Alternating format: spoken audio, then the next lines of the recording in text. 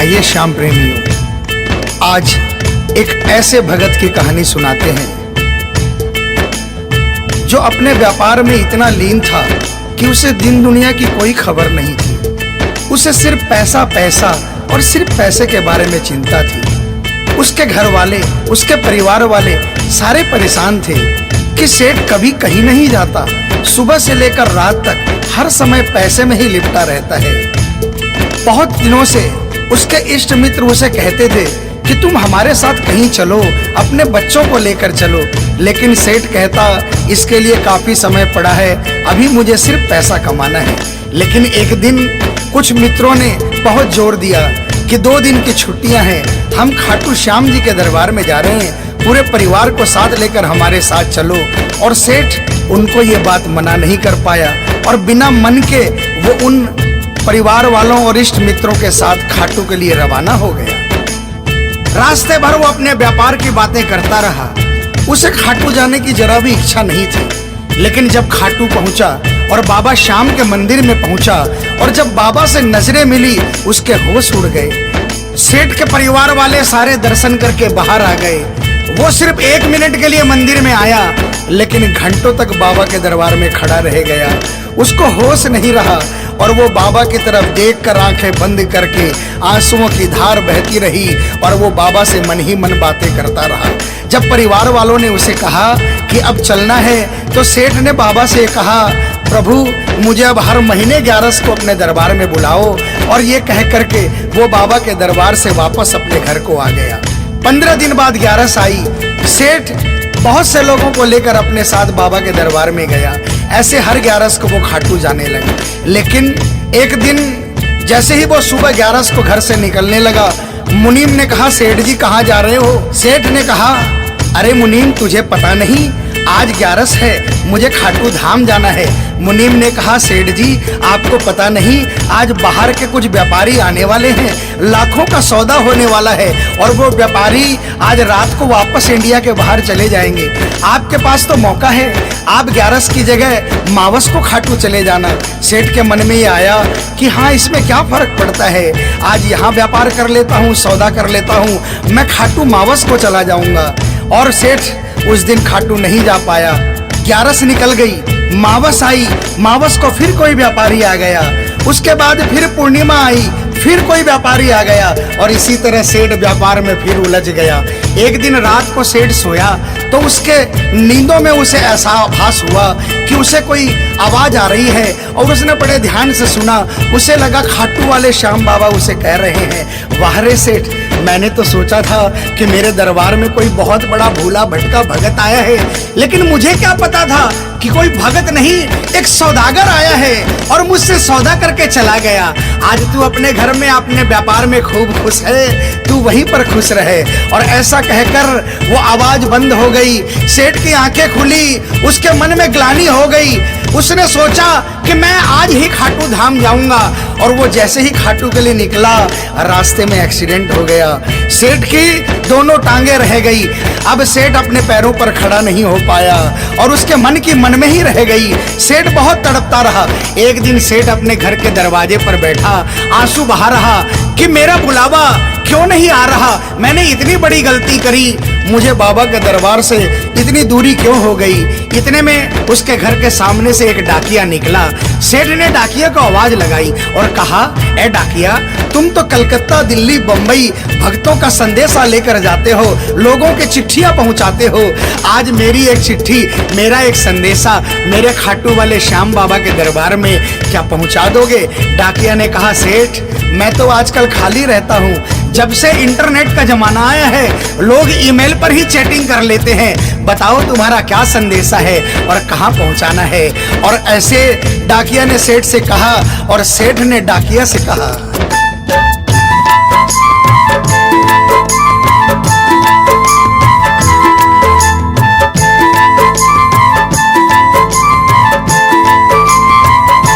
डाकिया जा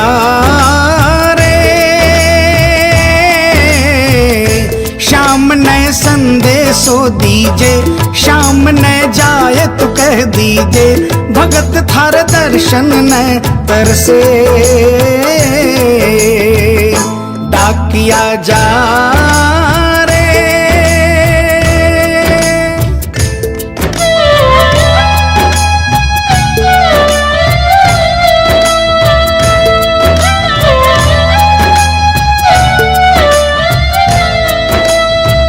डाकिया ने कहा, सेठ आपका संदेशा तो मैं पहुंचा दूंगा, लेकिन मुझे ये तो बताओ कि आपका संदेशा पहुंचाना क्या है, जहां मुझे संदेशा पहुंचाना है वहां का ठिकाना क्या है। और डाकिया ने कहा,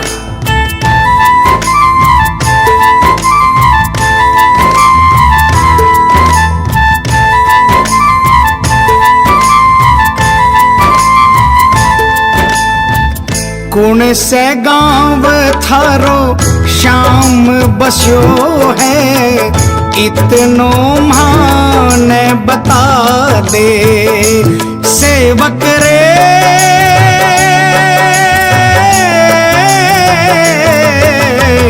घर तेरे पास है कोई निशानी, माने तू दिखला दे।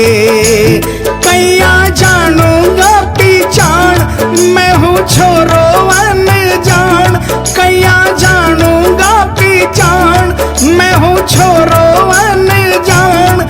कैया शाम शुहोसी मिलन डाकिया जा रे।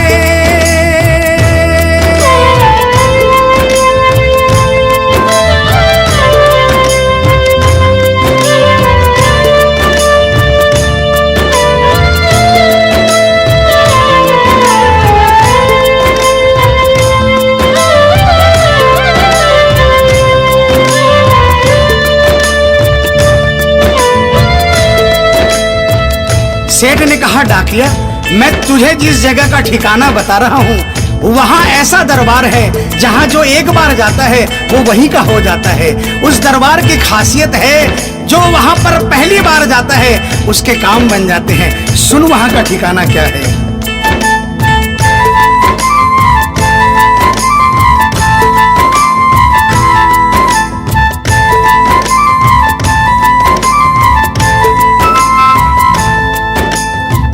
खाटू में है श्याम जी को मंदिर, शिखर ध्वजा लहरावे। डाकिया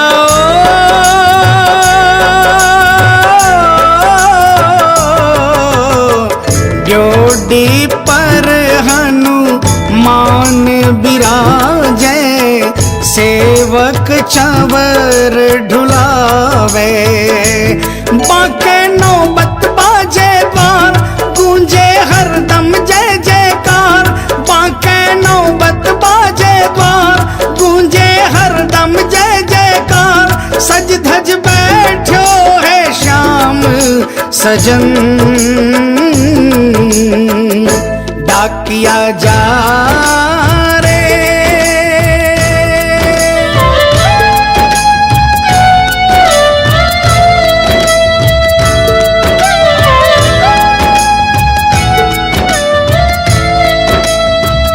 डाकिया सेठ जी के यहाँ से निकल जाता है और वो खाटू धाम के लिए प्रस्थान करता है।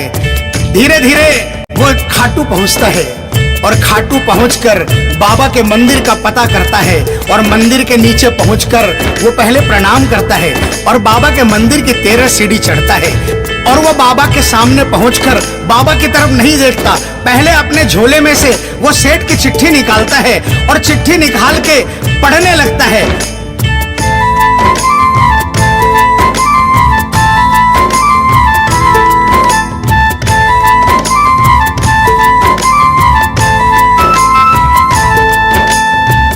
पहुँच गयो दरबार श्याम के, बोलन लाग्यो संदेशो। बाबा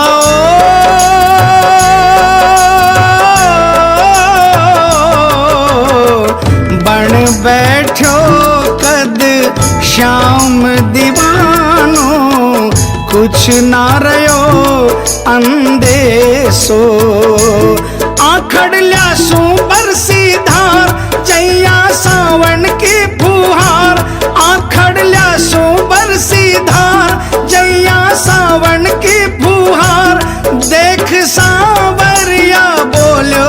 यह वचन डाकिया जा रे।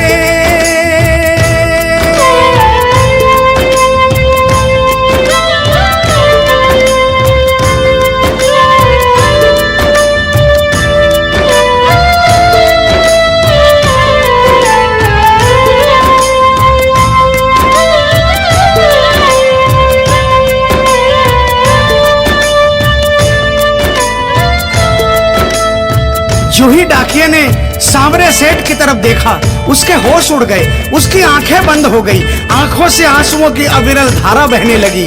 उसको ऐसा महसूस हुआ सपने में जैसे कि कोई श्याम प्रभु सिंहासन से उतर कर आ गए। उससे अपने गले से लगा लिया और डाकिया से कहा, कैसे हो डाकिया? डाकिया प्रभु के चरणों में गिर गया, कहा, प्रभु आज मैं धन्य हो गया, इतने वर्षों तक आपके दरबार नहीं पहुंचा, आज सेठ जी के कारण मैं आपके दरबार में पहुंच गया। अब मुझ पर इतनी कृपा कर दो, मुझे अपनी शरण में रख लो। लेकिन बाबा ने कहा, नहीं बेटा, मैं तुझे अपनी शरण में रखूंगा, लेकिन अभी तुझे मेरा एक छोटा सा काम करना है। जिस सेठ ने तुझे ये संदेशा देकर भेजा है, अगर उसके पास मेरा जवाब नहीं गया तो वहां जीते जी मर जाएगा। तू मेरा एक छोटा सा काम कर दे, वापसी संदेशा तू उस सेठ को जाकर दे दे। और बाबा ने कहा,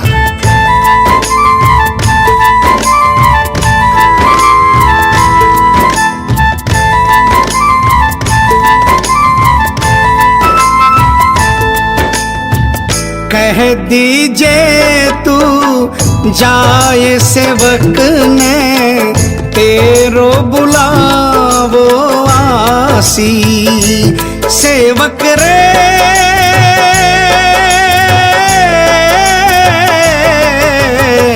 सबकी आस पुराऊं तो तू कैया रह पासी। तेरी सारी जानू बात पूरी करशू मन की आस। तेरी सारी जानू बात पूरी करशू मन की आस। पर बढ़ा मेरे कानी कदम डाकिया जा रे। संदेशो सेवक ने दीजे, सेवकिया राह तेरी निरखे। संदेशो सेवक ने दीजे, सेवकिया राह तेरी निरखे। सेवक संदेश ने तरसे डाकिया जा रे।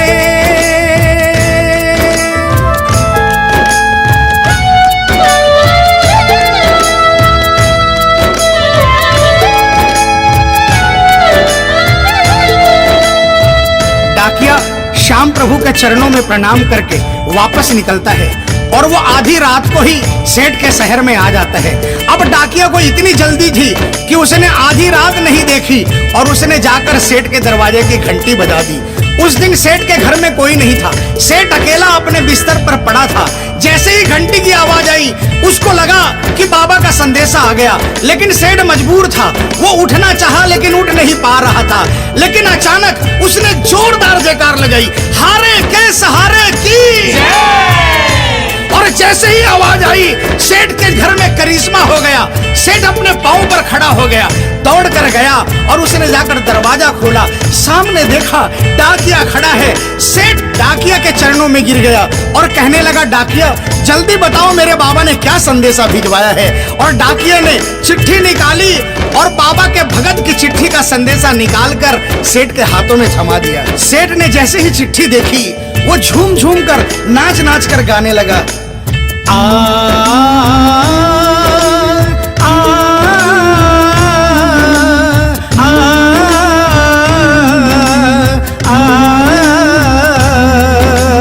आ, चिट्ठी आई है, चिट्ठी आई है, चिट्ठी आई है, चिट्ठी आई है, चिट्ठी आई है, खाटू से चिट्ठी आई है।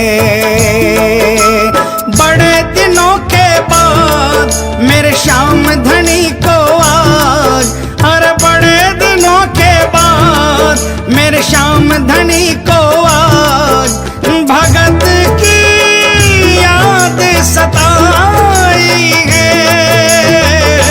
चिट्ठी आई है, चिट्ठी आई है, ओ चिट्ठी आई है, चिट्ठी आई है। सेठ ने वो चिट्ठी वापस डाकिया को थमा दी और कहा, डाकिया आप तो स्वयं बाबा से मिलकर आए हो, इसलिए बाबा का संदेशा अपने मुखारबिंद से मुझे सुनाओ।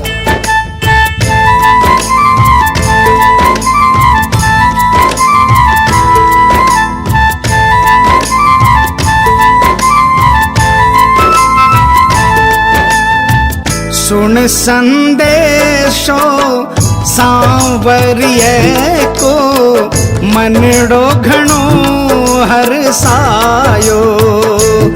बाबा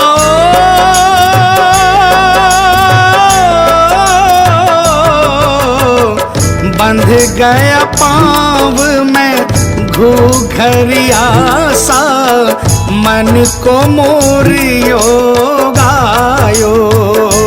म्हारो श्याम बड़ो दिलदार, हो जाओ लेवन ने तैयार। म्हारो श्याम बड़ो दिलदार, हो जाओ लेवन ने तैयार। महिमा गावे है कमल किशन, क्या किया जा। आप सभी श्याम प्रेमियों से जो कभी खाटू नहीं गए, जिन्होंने बाबा का नाम सुना है और जिन्होंने नहीं सुना, उन सबसे निवेदन, जो कभी खाटू नहीं गए वो एक बार हमारे बाबा श्याम के दरबार में पहुंचिए। ये वो दरबार है जहां हारे हुए को जीत मिलती है, जहां लोग हार कर आते हैं लेकिन हार कर वापस नहीं जाते, जहां हर हारे का सहारा होता है, चाहे कैसा भी कोई क्यों ना आता हो। बाबा श्याम हर आने वाले को गले लगाता है, उसको काम पूर्ण करता है और उसे खुशहाल करके अपने घर को भेजता है। बोल खाटू नरेश की, बोल हारे के सहारे की।